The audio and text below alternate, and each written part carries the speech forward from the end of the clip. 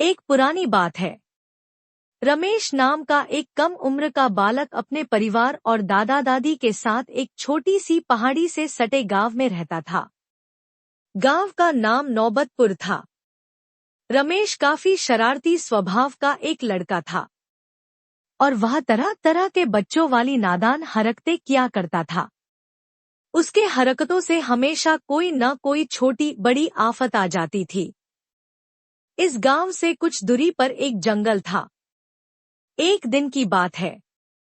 रमेश उस जंगल में घूमने के लिए गया हुआ था। वह उस जंगल में इधर उधर बस यूं ही घूम रहा था। तभी एक जगह रास्ते में जमीन पर गिरा हुआ बांस की बनी हुई एक टोकरी को उसने देखा। वास्तव में बांस की वह टोकरी एक साधारण टोकरी न होकर एक जादुई टोकरी थी। उस टोकरी को वह अपने दोनों पांव से ठोकर मार मार कर गेंद की तरह खेलने लग गया। वह टोकरी काफी अलग तरह की थी। रमेश को भी वह टोकरी कुछ अजीब तरह की लग भी रही थी। अब उस टोकरी के बारे में जानने के लिए रमेश काफी उत्साहित भी होने लगा था। अब उसने उस टोकरी पर अपना पैर रखकर उस टोकरी पर चढ़ने का सोचा।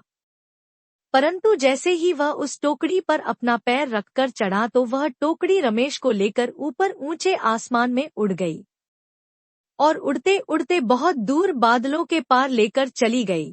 फिर घंटे भर बाद एक विशाल महल के अंदर ले जाकर रमेश को उस टोकरी से नीचे उतार दिया। रमेश उस बड़े और रहस्यमय महल में पहुंचकर आश्चर्यचकित होकर रह गया। अब वह महल में इधर उधर घूमकर जायजा लेने लग गया था। घूमते घूमते रमेश का सामना एक काफी लंबे चौड़े व्यक्ति से हुआ जो उस समय महल में पड़े हुए बेशकीमती सामान जैसे सोना, चांदी, सिक्का, हीरा, जवाहरात के खजाने के पास खड़ा होकर उस खजाने की रक्षा कर रहा था। उस विशाल व्यक्ति भी अचानक रमेश को देखकर चौंक गया। उसने रमेश से पूछा कि तुम यहाँ तक कैसे पहुँचे? रमेश ने उस व्यक्ति को अपनी सारी बातें बता दी। वह विशाल व्यक्ति काफी दयालु भी था। उसने रमेश को कुछ खजाना देने की पेशकश भी की, परंतु एक शर्त यह भी रखा कि रमेश बिना पूछे कोई भी चीज इस खजाने में से हाथ नहीं लगाएगा। रमेश काफी खुश हो गया। उसने उस विशाल व्यक्ति की यह शर्त मान ली थी। लेकिन कुछ दिनों के बाद ही रमेश पर लालच पूरी तरह से हावी हो गया था।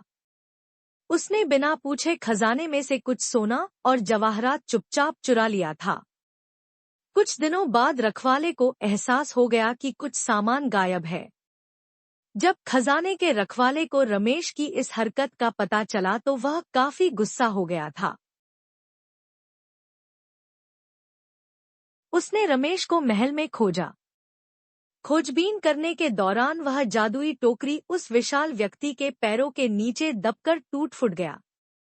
उस टोकरी के टूट जाने के कारण अब रमेश का अपने घर वापस जाना संभव नहीं हो सकेगा। उस टोकरी के टूट जाने के कारण रमेश धरती पर वापस कभी नहीं जा सकता था। जब रमेश को यह एहसास हुआ कि उसने काफी बड़ी गलती कर दी है, तो वह उस विशाल व्यक्ति के सामने अपने आप को दोषी ठहराते हुए उससे माफी मांगा और जो भी कीमती सामान उसने चोरी किए थे वह सभी सामान खजाने के रखवाले को वापस कर दिया था।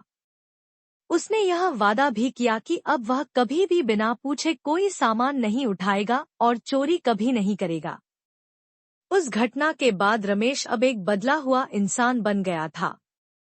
अब वह अपनी ईमानदारी और सत्यनिष्ठा के साथ उस महल में रह रहा था और खजाने की देखभाल भी कर रहा था।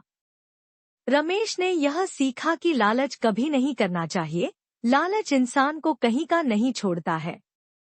रमेश के चाल चलन एवं बदले हुए स्वभाव को देखकर खजाने के रक्षक उस विशाल व्यक्ति को रमेश पर दया आ गई। उसने फिर से एक जादुई टोकरी बनाई जिस पर सवार होकर रमेश अब अपने गांव जा सकता था।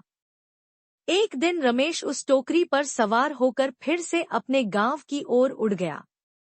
खजाने के रक्षक ने रमेश को कुछ खजाना भी दिया था। रमेश अपने गांव आकर उस खजाने में से कुछ हीरे जवाहरात अपने गांव वालों के बीच भी बांट दिए थे। इस कहानी से हमें यह सीखने को मिलता है कि ईमानदारी और सत्य निष्ठा का साथ कभी नहीं छोड़ना चाहिए। लालच हमें क्षणिक रूप से सुख दे सकता है, परंतु अंततः यह हमें विनाश की ओर ही ले जाता है।